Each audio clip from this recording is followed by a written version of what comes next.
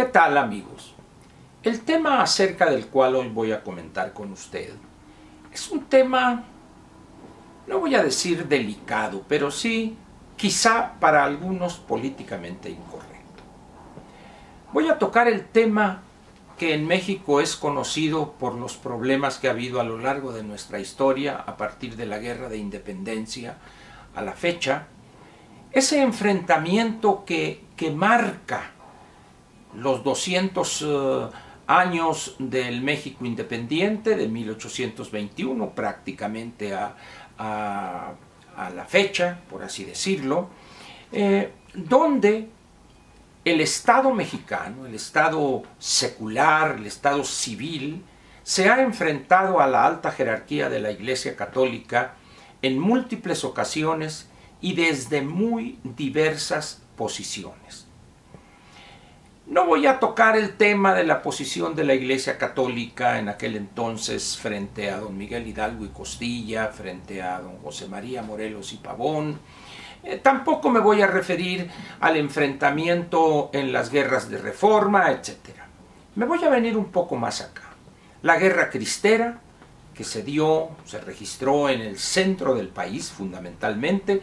Los estados del norte, particularmente los que colindan con los Estados Unidos, no vieron la Guerra Cristera, quizá de una manera ligera, por así decirlo, pero en términos prácticos y concretos, la Guerra Cristera fue un problema militar, enfrentamientos militares entre las fuerzas del Estado mexicano y fuerzas organizadas y estimuladas, repito, por la alta jerarquía católica en 4 o 5 estados del centro del país.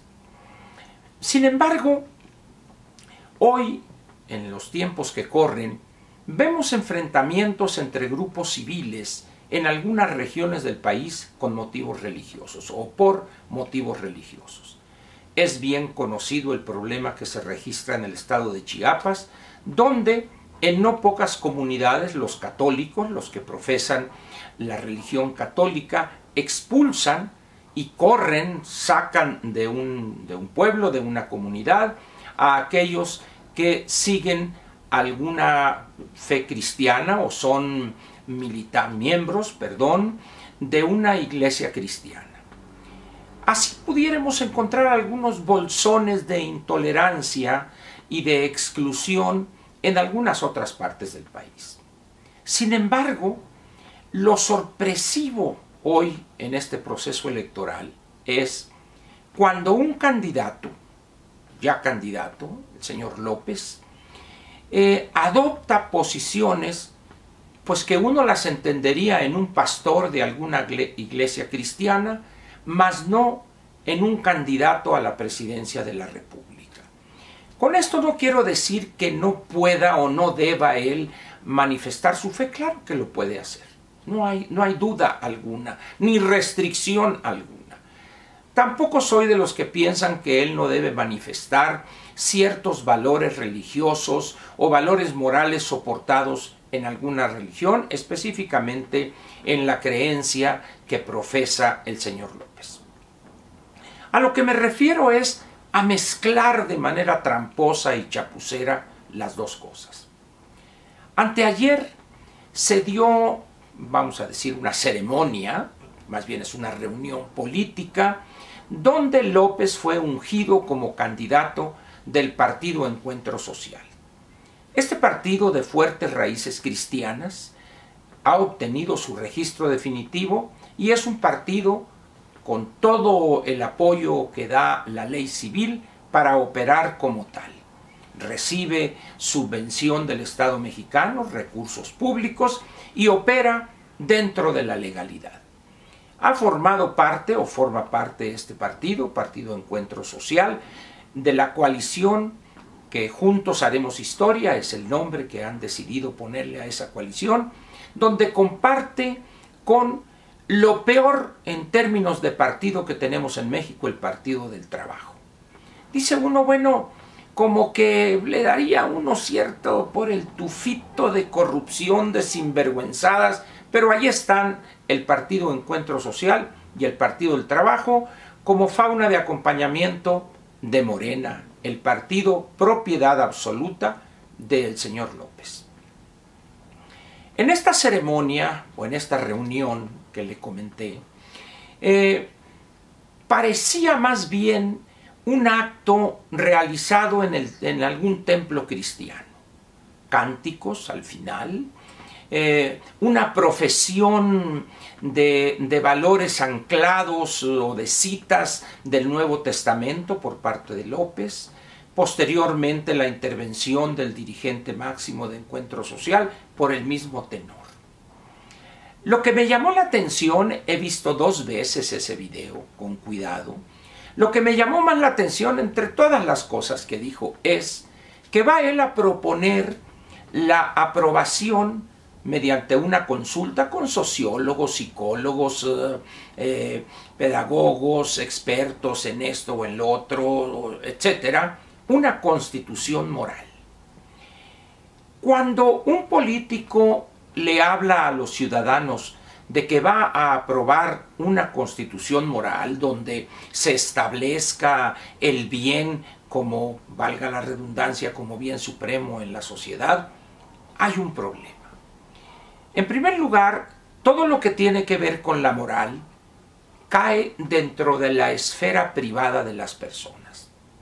Solamente los regímenes totalitarios, los nazifascistas, se esforzaron, y así les fue, diría el clásico, por tratar de imponer esa visión entre moral, racial, sobre la sociedad o sobre los gobernados. El recuerdo de las posiciones de Hitler y Mussolini están todavía vivos en algunas partes en Europa. E incluso algunos dirían, han empezado a fortalecerse esas ideas. Pero en México, un país que ha vivido guerras civiles por motivos del enfrentamiento entre el Estado mexicano y la jerarquía católica, hay que tener mucho cuidado. ¿Qué busca López con este tipo de subterfugios?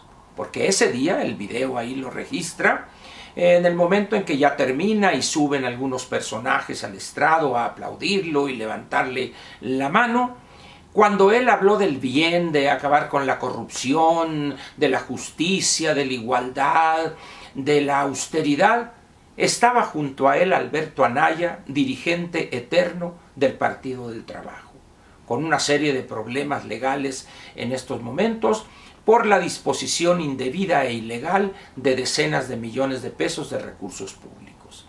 Y dice uno, ¿dónde quedaría la congruencia de quien durante muchos años alabó casi a nivel de idolatría a Benito Juárez y su posición frente a la ley, frente a las iglesias, etcétera? ¿Dónde quedó eso?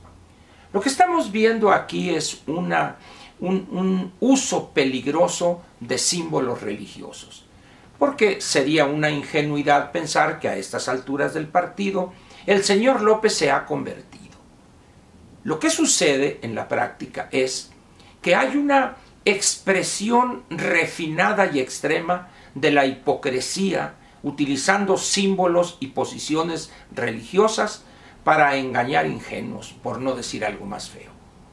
Todo con tal de obtener votos de este grupo o de aquel para llegar a la presidencia de la República. Si este proceder no tuviera consecuencias en el seno de la sociedad, diría uno, perfecto. Lo que sucede es que en México hay antecedentes no muy lejanos que nos hablan de que cuando la política es mezclada con la religión, las cosas no salen bien. Espero yo que más y más ciudadanos se den cuenta de este subterfugio, de esta hipocresía y manipulación de símbolos religiosos a los cuales es afecto el pueblo mexicano. Pero lo dejo a usted con la pregunta. ¿Y qué va a pasar con los millones de ateos en este país con esa constitución moral? ¿Habrá también una policía moral? ¿Tribunales morales para juzgar a los herejes, a los descreídos? ¿Por qué no le piensa usted un poco a partir de este momento para que cuando llegue la hora, la hora crítica de depositar su voto en la urna o antes en la casilla, cruzar por el partido o la coalición de su preferencia, usted piense en ese que está pretendiendo engañar a millones de mexicanos, presentándose a sí mismo, casi ahora sí, como el Mesías que nos va a salvar del mal y de las fuerzas diabólicas encabezadas por Satán o por Lucifer, si gusta usted. Muchas gracias.